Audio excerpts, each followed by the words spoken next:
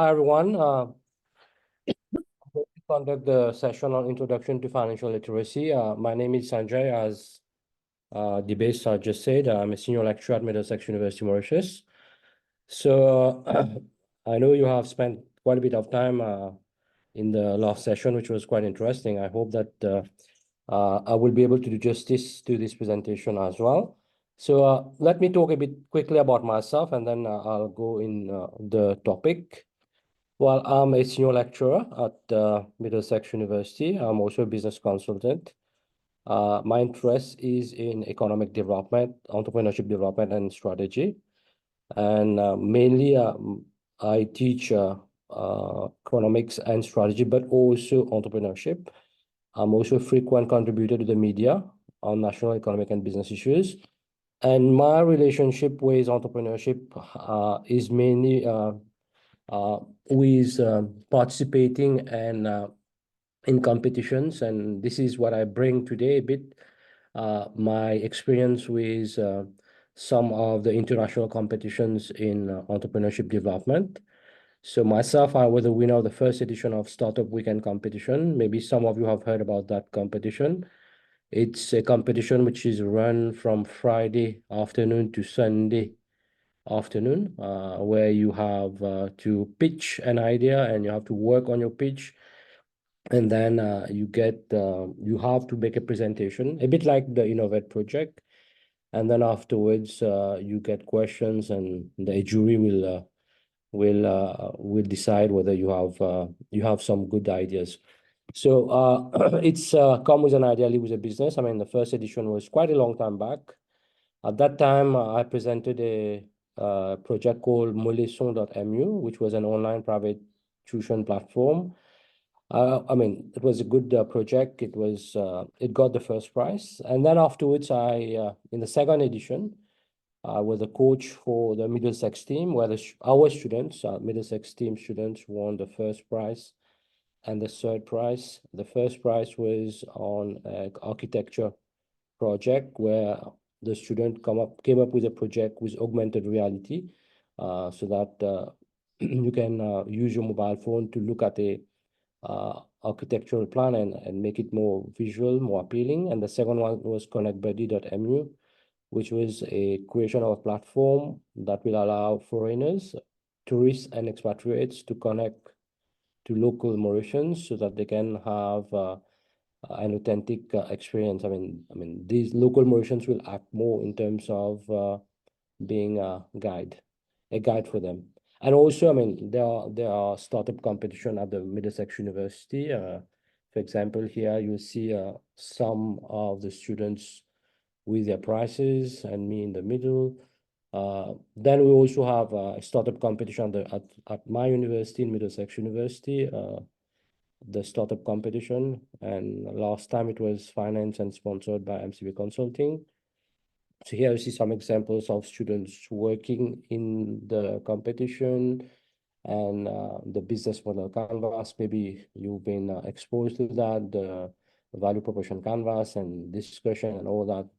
And some of the ideas of the students, like here you had a website created by students so that they can, I mean, especially foreign students who are here for 3 years. Sometimes when they're leaving, what they do with their excess kind of items, household items, clothing, books, and more. So it's a website where they can sell it to newcomers. So this project at that time got the first prize. Other one was food products, especially because you have a lot of foreigners and they can't find the type of food that they are willing to, they have preferences for. So one student came up with this project. Okay, so that was a bit of introduction. I don't know whether my voice is a bit low today because I have a flu. Yeah, I hope you can hear me well and I'm not speaking too quickly. So in terms of financial literacy, I noticed that there are two things I would like to talk today. One is financial literacy as someone who is interested to do an entrepreneurship project or an InnovEd project, and also financial literacy as a project itself. So I will talk about both. So first, I will start with the importance of financial literacy for students, and I will share a bit my experience when I'm teaching students at the university, when I'm coaching students for the startup competition. Uh, I think financial part of whatever we present as a project is the most challenging part. I mean, it's important for students to understand that you cannot do a project without it being viable or feasible. I mean, you can have a good idea, but you need to know whether it is going to get you people who would like to buy. You know, it's not about what you want to do, but what the client wants. Okay, so it's important to for any project um, for students to be able to understand financial literacy. I mean, both in their personal life and also for the project that they are going to submit for the competition, whether it's an entrepreneurship competition or whether it's an InnovEd competition. Okay, so you have the the aspect of empowerment. Okay, so students need to know about the ways that they can use their finances. I mean, in terms of savings, in terms of debt financing, in terms of how they're going to finance their project. They also should be able to set long-term goals. The risk with businesses, okay, in terms of what kind of financing they're going to use and what kind of risk there are. Mainly now, Mauritius is not that developed, but abroad it's very developed where you can have venture capitalists, when you can have Series A funding, Series B funding, all type of funding. Mauritius is quite restrained for the moment that most of the time it's either the students will be financing the project from their own pockets or their their relatives and friends, the 2F, friends and relatives, or they will approach a bank to get some kind of bridging finance to start competition. I know that now we have some new companies in the ecosystem. One is called More Angels, which is trying to offer startup finance, but it is not very prevalent. Okay. So next one is in terms of entrepreneurial skills. It's important for the students to be able to understand the whole financial aspect, the whole financial part of their project, to understand where, I mean, whether there is a business opportunity, whether it's going to be commercially viable, whether they're going to make a profit, and also understand the difference between profit and cash, and difference between profit and loss and cash, you know, because sometimes a business can be profitable, but the cash inflows and outflows are quite uh, are not aligned, and they have a cash deficit, and that will lead to survival issues to the business. So it's important to present the whole aspect of the financial requirements of a business. Okay. Now, if you have a question at any time, please stop me and you can ask a question. Yeah. So let me move to the next slide. Now, yeah, to talk about the challenges, and maybe some of you will have these challenges, and perhaps later on you can ask me questions and we can discuss about that. There's always challenges in teaching financial literacy. It's one of them. I find students find it very difficult to come up with uh, good kind of financial statements, especially if they want to show that their business is feasible and viable, means it will generate a profit. And also in terms of providing statements like cash flow statements and projected profit and loss. Because if you go to any banks, you would be asked to provide at least 3 years of projected financial statements. So there's a lack of engagement from students. What we see in classes at universities in terms of, they will do the first part, they will explain the idea, they will come up with a unique selling proposition, they will have a try at the market research, but then financial, they will always complain about that, and they will always come back and say, you know, this is quite difficult. We are science students. We have never done accounting in our life. Even if they are economic students, they will say, you know, oh, I've never done accounting. So, I mean, should we do that on our project, and should we include that in our project, or should we not? And Is there any other easier way to deal with that? But I mean, other university, we try to we try to help students to be able to come up with something which would be useful to them. Okay, so it's always difficult, but over the years, we have developed templates where students can just fill in. And we also try to do a lot of hand-holding with students to help them understand why they're doing the financial part of the business, uh, and then we try to help them. There's also a lot of method which the students find quite boring. I mean, especially accounting is quite boring for some students. So there are new ways like using case simulation, business games, which can be used in class to show students how their decisions, especially in terms of financial decisions, have an impact on the business. Okay. So chart. Okay. Yeah, so there's a question from Gina Janki. Yeah, okay. So NPC has already replied. Yeah, I think there's two parts. One is the financial part of the InnovEd project, and there's also financial literacy as a project. And I will explain a bit more about that later on. Okay, like can we do something in financial literacy, especially looking at Mauritius as a potential market?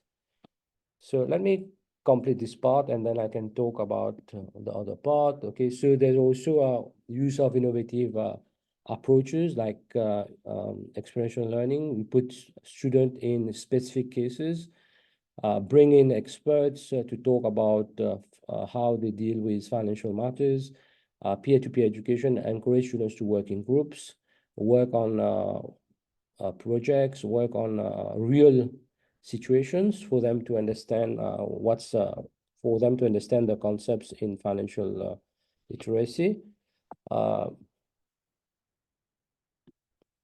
There is now with the advent of mobile apps and technology, the engagement needs to be in terms of gamified learning experiences. So I'll show you some apps which later on which uses gamified method in terms of financial literacy. And there are platforms where online platforms use of technology like even simple tools like use of WhatsApp and use of Instagram, because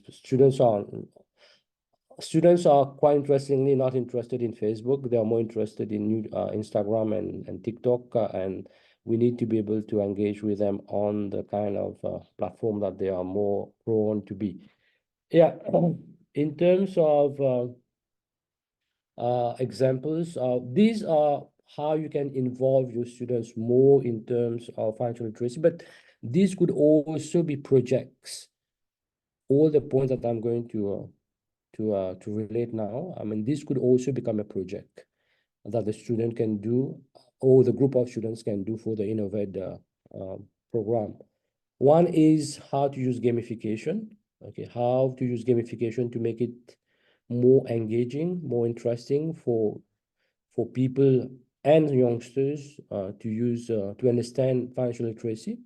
So how can we put financial literacy concepts into interactive games or simulation so that their learning can become more engaging and fun for students? So for example, creating a virtual stock market game where students can practice investing with fictional money. That could also be a project that students can develop for their peers, for other people who would like to take entrepreneurship further. I mean, if someone wants to start a business but don't have any idea about financial literacy or financial or finance, that could be something that can be developed. But we also have a number of other groups, other segments which could use financial literacy. We know, for example, research that has been carried out in Mauritius that most people use only banks for savings. I mean, most people use banks, and you will also look at yourself. Do you use other ways to save money or than banks, or do you invest in stocks, for example? Do you buy shares on the stock market? Do you buy debentures? I mean, there are other possibilities. People don't do it because they find it difficult. So there's possibility here for projects, InnovEd projects, where students come up with such kind of ideas. Then also we can provide students with real world experiences. So help them understand from a real perspective, from a business perspective, how they can use uh, finance to understand how a business runs. So they can create a budget, for example, for a school-based business or a financial club, where they are asked to keep accounts and do product costing, like a simple bake, a cake, uh, sale on at the school. If you organize an event for bake and cake sale at the school, how would they calculate the cost of that cake, and what would be the pricing that would be involved, but also how to keep accounts, okay, how to keep records of the transaction. Peer-to-peer learning encourage students to help others to learn through peer-to-peer. There's also P2P finance, which we'll look at in the second part. Then there could be competition and challenges that can be organized in the school, at the college, to let students understand more of how to use financial literacy, like business plan, like investing on the stock exchange, investing in other new kind of financial instruments, like those of those involved in blockchain and fintech, like Bitcoin, and understanding EFTs, uh, non-fungible NFTs, non-fungible tokens. And I mean, many students are interested in new kind of technologies like Bitcoin, online wallets, and so that will help them to be more engaged. Next one is learning with local businesses, which can be invited to come on at the school, at the college, to provide students with real world insights, how they are using, they need, how they are using financial systems to help them to take decisions. So this could also involve you and your students going on field trips, students going on internship. You could invite guest speakers to talk about the importance of finance, especially considering that students normally they find it challenging to deal with finance. Then you also have like simulation. I mean, these are examples I've taken online. You can take simulations that will maybe need a bit more of time to develop, but there are also case simulations which can be purchased online. Many companies online now have these simulation games where you I mean, with nice animation, where you teach the students how to, or do you engage the students in the financial process. Okay, for example, simulating the process of buying a house, taking debt, or planning for retirement. Then you can also have videos and podcasts which you can give to students, for students to listen to, or to watch, and then to discuss on same.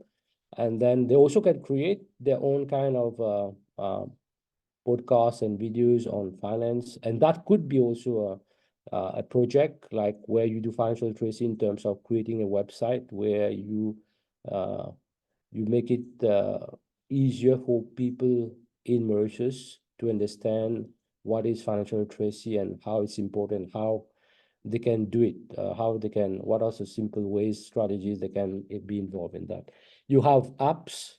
There are many apps which are there, which people can download from Google Store or on the Apple platform, which you can use. So students can be exposed to that. I'll show you some of them. Then there's our mentoring programs, matching students with professionals. So we can reach to Mauritius Finance, we can reach to universities where they would like to help students to understand. And also we can also link them with established entrepreneurs, which can help students to understand the whole concept of planning, financial literacy and planning. Then you also have community service projects like the one that you're developing here, InnovEd, you know. So where you're going to teach, where you're going to expose them to basic budgeting skills, how much money they need, what will be their startup capital, where they will get their funding, what is working capital requirements, what will be the cash flow requirements, what will happen if they have a cash deficit, how they can bridge the gap. I mean, new concepts like like crowdfunding, P2P lending. You also have things like how they can approach banks, microfinance lending, and others. Okay, so the key is mainly now with the new generation is how to leverage technology, multimedia, Web 3.0, expression learning, learning by doing, to make financial literacy education more engaging, interactive, and students can find it interesting and engaging for them. So there are some questions on the chat box. Let me see. Uh,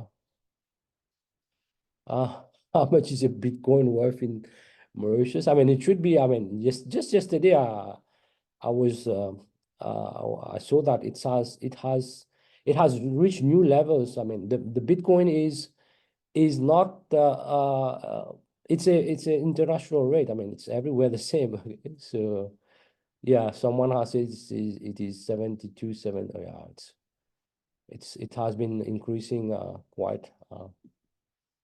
It is quite high. Okay. So, but students are interested in knowing what is Bitcoin, but it's also important to tell them that Bitcoin is one way of looking at it. It's important to talk about the technology which lies behind, which is a blockchain, and also talk about the other coins apart from Bitcoins, but Bitcoin is the one which is the most prevalent today. There's also fintech, and there are also a new ways of looking at finance. Okay, so that was a bit more about this is the first part. It's more about how you should be maybe approaching the subject with the students, knowing well that students, I mean, there will be one or two students who would be really engaged with finance and financial literacy, but most of them, from my experience at the university, most of them are they feel challenged with the financial part. And maybe you can share your experience in the chat box and how you are helping them to deal with that. Let's move to the next slide.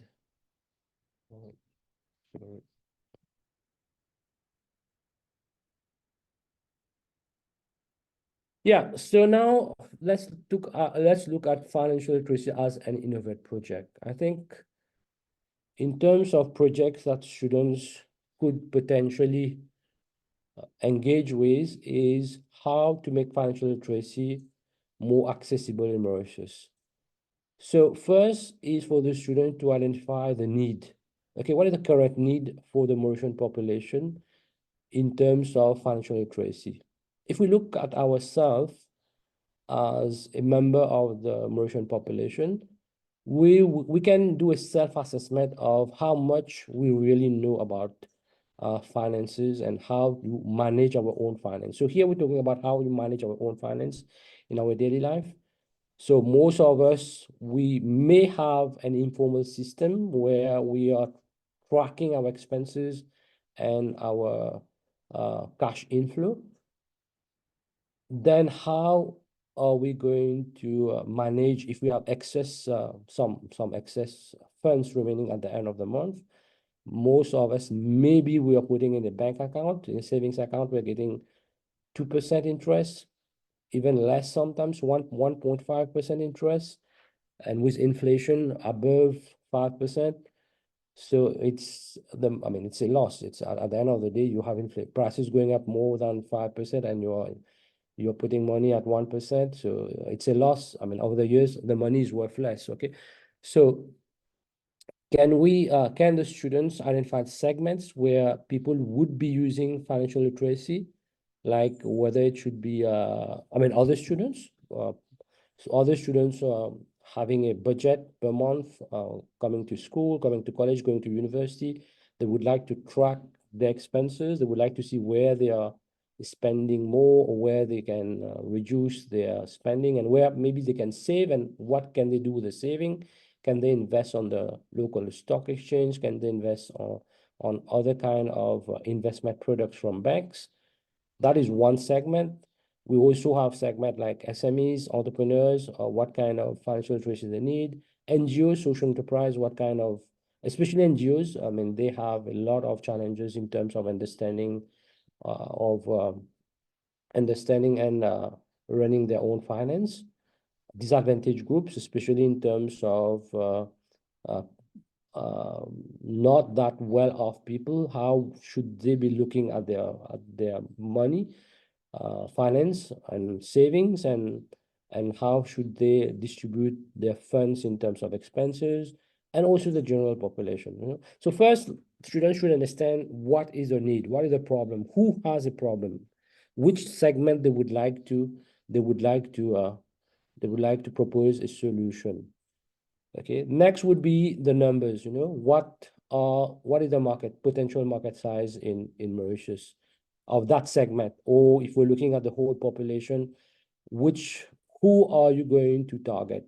And do they have the capacity to give something in return? Because I mean, there should be a price that people are ready to pay to use that system. Okay, so that would also be the third point. Would the customer pay for the service? Okay, so why would they pay? Why would they pay for your project?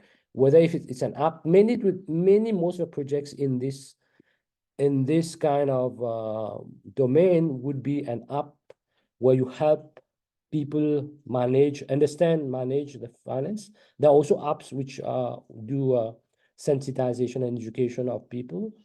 Now, there are different business models.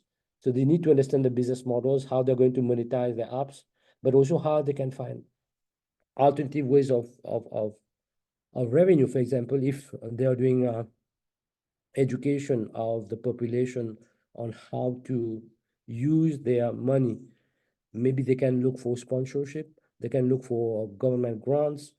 So one, they can charge a price, but there are also possibilities of getting some kind of financial help from private companies, private banks, association of banks, government, the the the Bank of Mauritius, where possibly you can get this financing. Okay, so what would potential customers want to pay? Will they pay? I mean, how are they solving the problem right now? I mean, if they find that how the segment of the population or the customer is already having a system, and they think that the system is good enough, why should they come to your app or to your system? Why should they pay you?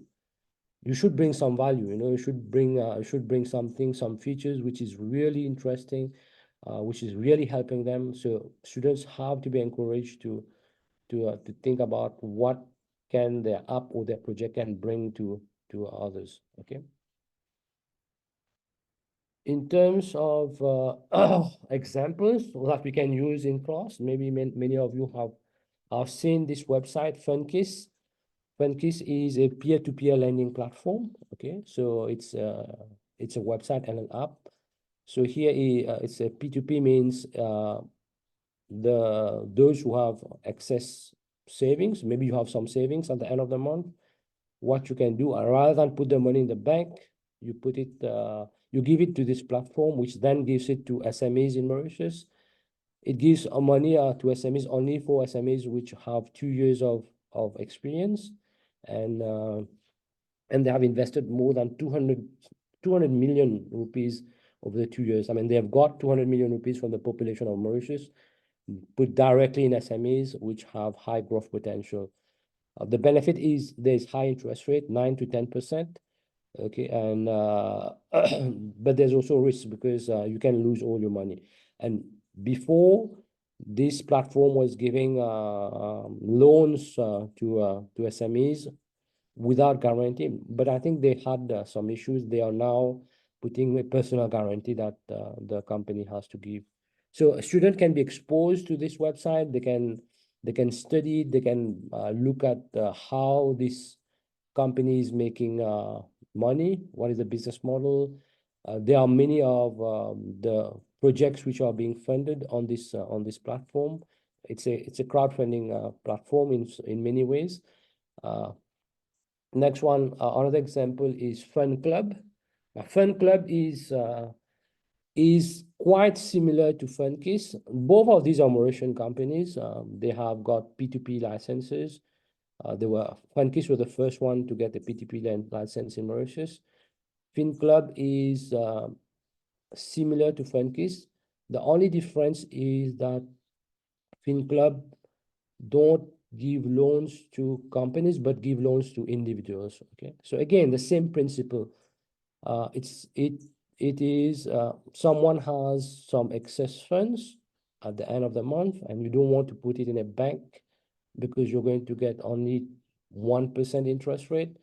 You lend it on this platform to someone who need 10,000 rupees, 5,000 rupees, 15,000 rupees. Maybe they have a birthday, they have a project, they have a personal project. So that is how it works. Okay, and there's also possibility that you leave your money for a certain amount of time, and it keeps on accumulating. So again, the interest rate is around 9 to 10%. Not a bad kind of investment. And what is good also is you can you can deduct the investment on these two platforms from your income tax.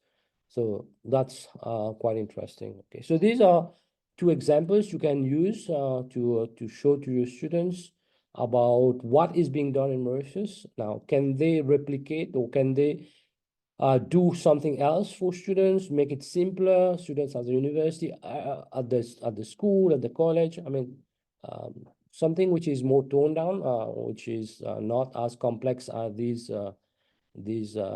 businesses, something which they can do, and something which they would be people will be interested. Okay, because people need money. I mean, people need money, and the problem is the banks take a lot of time. They don't give you loan, and also, I mean, people also want alternative ways to get a better return on their savings. There are some questions. So okay.